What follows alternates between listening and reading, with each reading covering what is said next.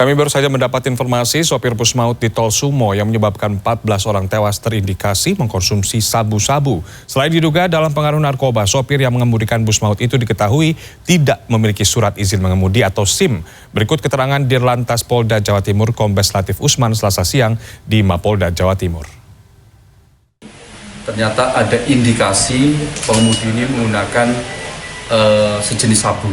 Ini hari ini kami mengambil darah untuk kita kirim ke lapor untuk memastikan kandungan apa yang ada di pengemudi ini. Nah, supir ini ternyata yang nyupir ini pada saat tidak memiliki SIM. Ya.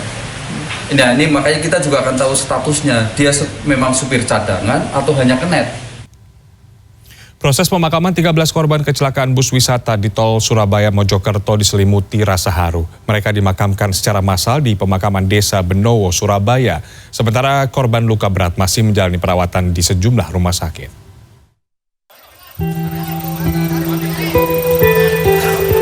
Tiga belas korban tewas dalam kecelakaan bus maut di Jalan Tol Surabaya-Mojokerto satu persatu tiba di Asrama Yatim Piatu Thorikul Jana, Surabaya, Jawa Timur, Senin sore.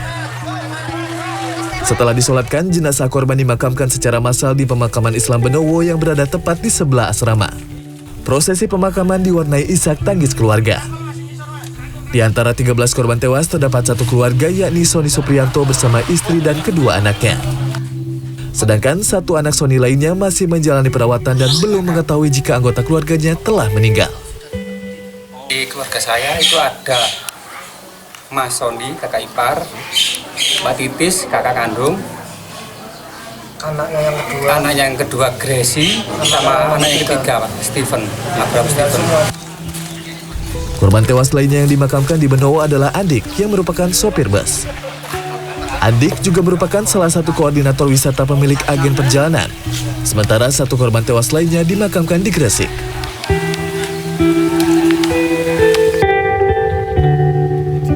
Sementara itu, korban luka berat dan ringan Senin malam masih menjalani perawatan di sejumlah rumah sakit di Kota Mojokerto dan Kabupaten Mojokerto. Satu korban yang mengalami luka serius adalah Lailiatul Istiada.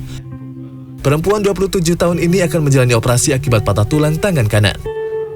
Ia juga tak mengetahui kondisi dari 10 anggota keluarganya yang lain termasuk suami dan ibunya. Lagi tidur mas, iya. Mau balik? Iya. Sebelumnya dari mana itu? Dari Dieng sama Malibu. Oh gitu. Sama suami, kakak. Berapa orang itu berarti? Kira-kira? Kurang lebih 10 sama anak.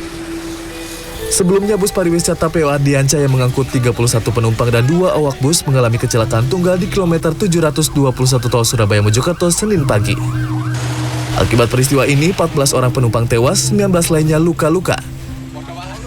Hasil penyelidikan sementara saat kecelakaan terjadi bus pariwisata dikemudikan Ade Firmansyah. Sopir cadangan tersebut diduga mengantuk hingga menabrak tiang papan reklame. Yang menderita sakit secara psikologis, kemudian kita lakukan treatment secara psikologis, terus kemudian luka ringan maupun berat, dan juga yang menjadi korban meninggal dunia. Seluruh korban adalah warga kota Surabaya yang melakukan rekreasi ke Dieng dan Yogyakarta. Tim Liputan CNN Indonesia. Pihak Jasara Harja menyatakan memberikan santunan pada korban luka dan meninggal dunia dalam peristiwa kecelakaan bus di Tol Sumo, Mojokerto. Namun Wali Kota Surabaya Eri Cahyadi menganggap jumlah santunan untuk korban luka yang mencapai 20 juta terlalu kecil untuk membayar biaya pengobatan. Selasa pagi, Jasara Harja Kota Surabaya mencairkan asuransi korban kecelakaan maut Tol Surabaya-Mojokerto. 12 korban mendapatkan 50 juta rupiah per orang, sementara 2 korban hanya mendapatkan penggantian biaya pemakaman sebesar 4 juta rupiah. Sebelumnya saat menjenguk para korban selamat pada Senin malam, Wali Kota Surabaya Eri Cahyadi menyatakan santunan untuk korban luka terlalu kecil dan tidak cukup untuk membayar biaya pengobatan. Eri pun berjanji akan menanggung seluruh biaya pengobatan dan memindahkan korban luka ke rumah sakit di Surabaya sesuai permintaan korban.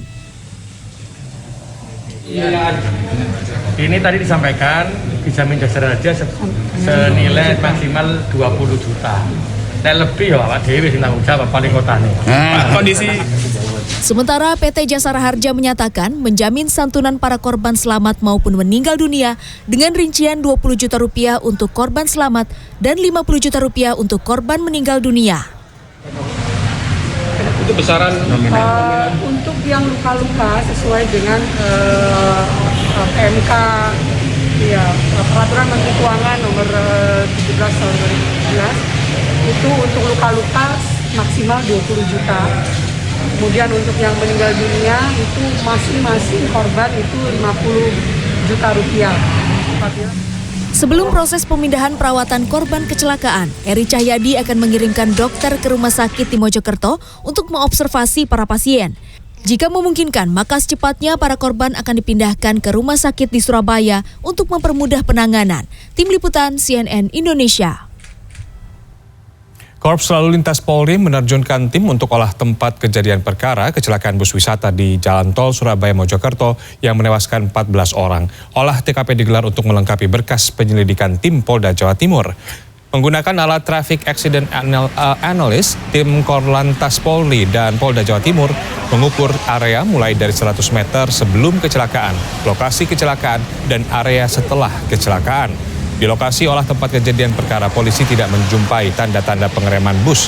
Petugas justru menemukan benturan dan gesekan di pagar pengaman atau guardrail serta bekas ban di rumput sebelum bus menabrak tiang reklame. Temuan ini menguatkan dugaan polisi bahwa sopir bus mengantuk sebelum kecelakaan. Selain olah TKP, polisi juga akan mengecek kondisi bus dan memeriksa sopir pengganti dan sopir asli bus naas. Kami mencari bukti-bukti tambahan, nanti akan kami koordinasikan dengan penyidik di jajaran Polda Jatim. Jadi kami menurunkan tim Traffic Accident Analysis untuk memberikan gambaran sebelum, saat, dan sesudah kejadian.